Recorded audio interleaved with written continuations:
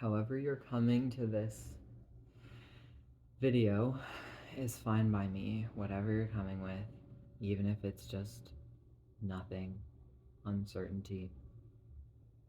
You think you're afraid, but you're not sure. It's all fine by me. I don't need you scared. I don't need you in a panic. I don't need you to take action. Just right here is good enough. Turning it off is fine. That's good enough. I don't need you to look at the horrors. Looking through the content that's being catered to an extremely relevant, picked out, catered to you version of reality. A reality so catered that you have been convinced that it's not catered. Even this video is being fed to you to make you see things in a way that keeps you here on this place. It's not really a place. We feel like it's a place, but it's not. Being online can happen anywhere.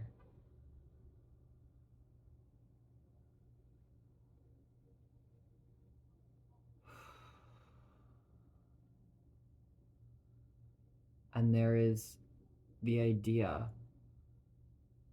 like suffering people, and this is going to be really a hard one for a lot of people. I know. It's going to be a hard one for you, probably. At least a part of you is going to scream, this is wrong. Morally wrong.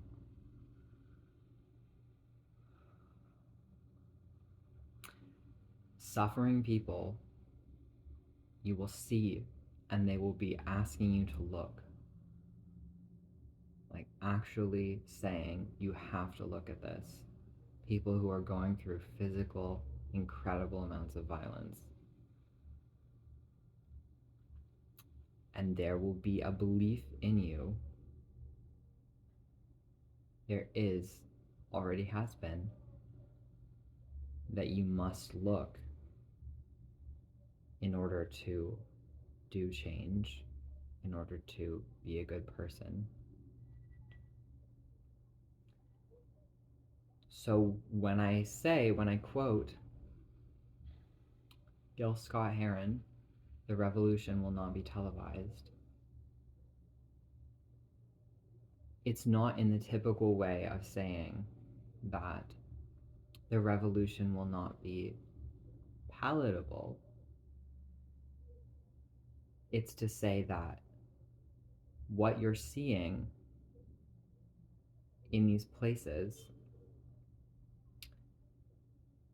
does not have to do with reality.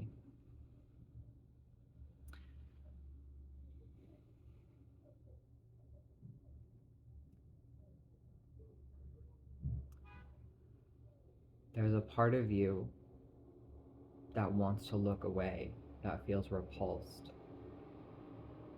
It's not wrong to listen to that part of you.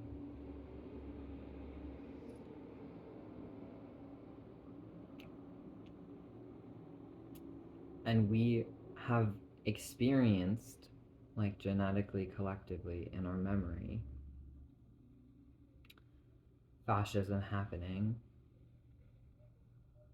where people turned a blind eye. But they didn't have social media. It was a very different climate. They were turning a blind eye in that way, and we have this new way that things are happening now. You not looking at horrifying things constantly is not akin to what was happening then.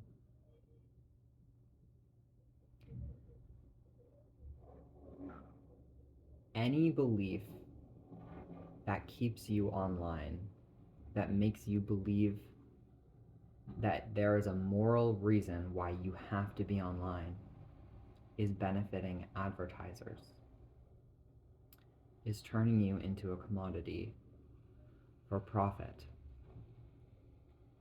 You do not need to be informed through social media. You can just turn it off. You can only turn it on to watch cute cat videos and then turn it off. You can say not interested to every horrifying thing.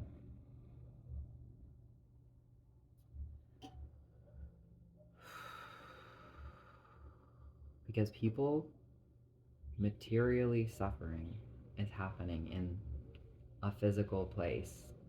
It's not happening online. You won't be able to text about it through social media when they need to escape. They already are escaping. And you won't be able to text about it. You can't text about it. So the more that you believe that you need to be on here instead of talking to people in the real world, the less effective you are at creating that messy, broken telephone link of trust that can take somebody from an unsafe environment to a safe environment or a safer environment.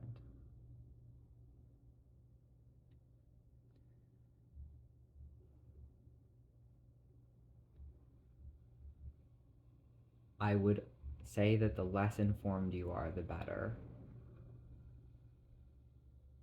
Because your nervous system is shot. Like, don't look. Turn it off.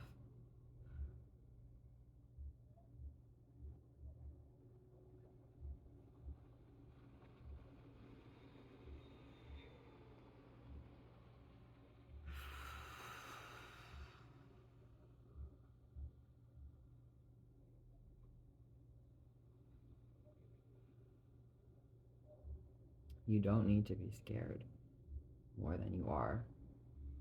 The feeling is instilled, it's in there. The more trust that you are able to put in your body, the better it's going to be.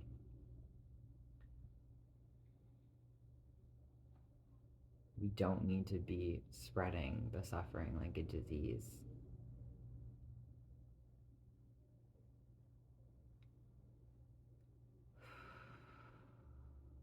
The less dependent we are for any reason on being online, the better it's going to be, because we will be harder to control. It takes a lot more resources to affect my material reality, my body, than it does to show me something online. An idea can be instilled like that with very little resources. But to make me feel something in real life, to make you feel something in real life, they have to come to your house.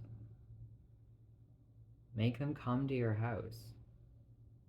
You know? Don't put your house online.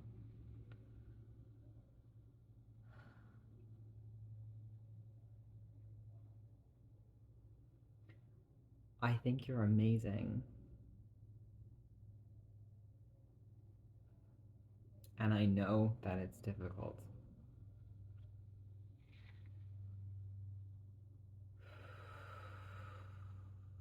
And it feels validating. It feels true when we're feeling the collective suffering and then we see it echoed in our world that is creating more. Like, go out and trust people in real life. Trust them and depend on them materially. Be the person who can house the people who need to be housed. not the person who can say all the words right, not the person who knows everything that's going on in the world. You don't need to know what's going on because it's not real. It's not like the reality that you're being fed. It's impacting your emotional core. It's not about the information. It's the things that will sound true enough that will get you online, will keep you online. Make it harder and harder to get into the world and enact material change. There is so many things that fall away immediately when you don't take into account what's happening online and you just listen to people in real life. Everyone is informed, everyone knows, we can all feel it. Like the energy of the collective travels through being around other people. And we're afraid. We're all afraid, and I know you can feel it. And you don't need to be on social media to feel it. You don't need to be on social media to hear about a friend of a friend or a relative or anyone who needs help, who's suffering. And knowing that it's happening is not going to help if you don't have the tools to help. You don't need to be the manager of the suffering, looking down from above, saying, I knew that this person was killed, or this person was assaulted, or this person was arrested 2 minutes after it happened. You need to be the person at the end of the chain who says, I have food for my neighbor who can't eat, who says, I'm going to help, I'm going to do what is around me here. Be here. Be in the world. That's where the suffering is happening. That's the only place you can help, is here in the world. The networks that you're using to get your information are the networks that you're living on, that you're putting your faith in instead of the people in your life, instead of the real world that you're experiencing beyond the screen. Those networks are incredibly susceptible to fascism, are already completely soaked and infiltrated with fascism.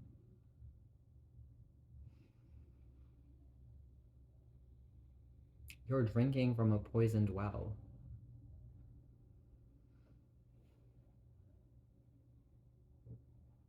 And I don't think you need to be any more scared than you already are. Like, you are scared enough. I promise you are scared enough. We've gone past fight or flight, and we're all the way into just nothing. Your reactions are so much quicker, so much more effective when your nervous system is responding to like material conditions instead of like a perceived suffering that is not physically occurring, because that is so easy to flood.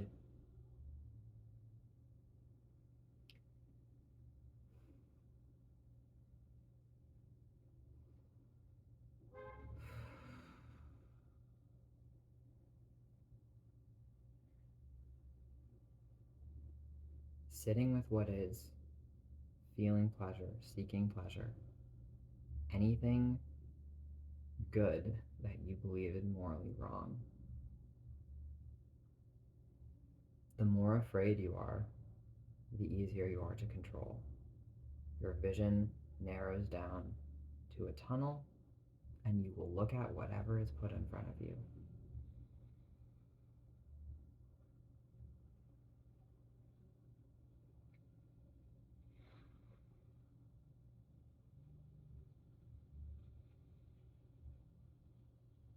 I love you.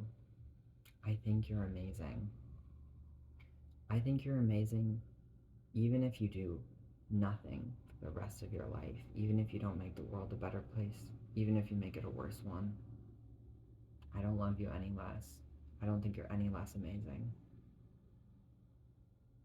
Right now, as you are, is good enough.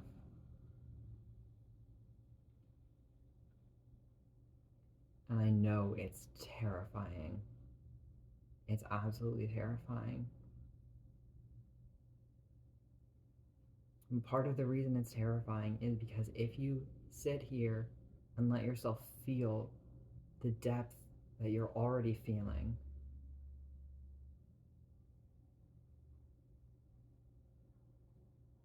it will be greater than your body can process.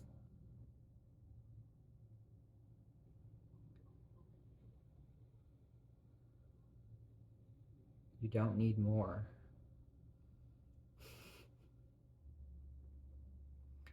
You have evolved since the beginning of time.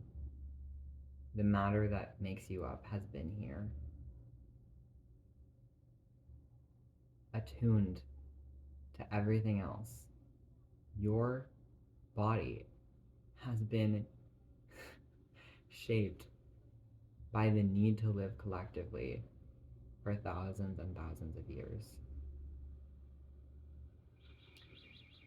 You are incredibly intelligent in a way that you cannot get rid of, that you cannot control. And the belief that you need to think certain things, or care about certain things, or control certain things in order for that to function properly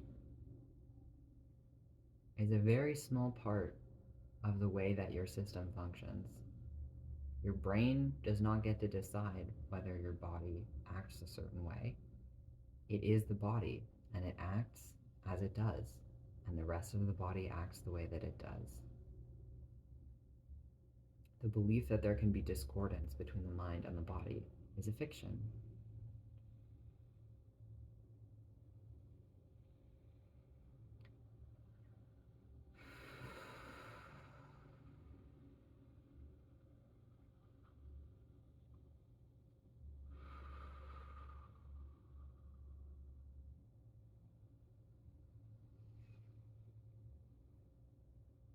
The belief that you're not allowed to feel joy, that you're not allowed to express yourself, that you must be serious, that you must know what's going on, that you must be aware. All of these things are the things that are going to keep you paralyzed. You know who's good at running? People who are good at dancing.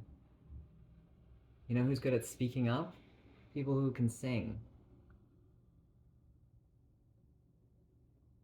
The joy is practice for the hard times, and the hard times are practice for the joy, and it all feeds into each other. And the belief that we're separate is, it's just nothing. It's nothing. Like, come back into the whole and you will realize that it was so much effort to keep yourself separated, that you never were separated. I love you. I will see you very soon. Goodbye.